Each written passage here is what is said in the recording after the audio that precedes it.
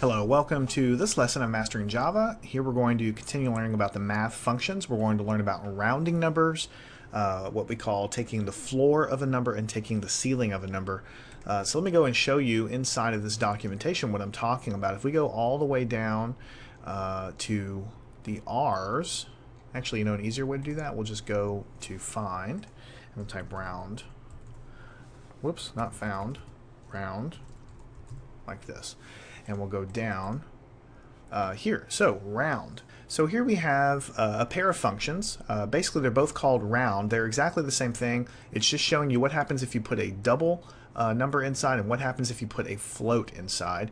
And so basically, if you read this, it tells you it's behaving the same way that a rounding does in math. It returns the closest long number to the argument with ties rounding up, or it returns the closest integer to the argument with ties rounding up, depending on exactly what you pass to it.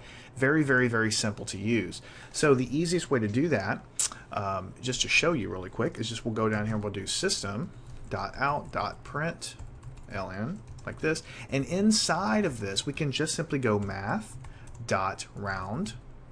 And we can do a pair of parentheses. Now we can just pass a number inside. So let's go and say, what happens if we have 1.25? What do you think we should have as an output? Remember, we're taking the round method, we're passing it a number, and this entire thing is sitting inside of a print statement. So the result of this is going to be what gets printed. The number 1 comes back as a result because when we round this, that's typically what happens. If we change this to 1.73 and hit this guy, it rounds up to the number 2, right? Rounds up to the number 2.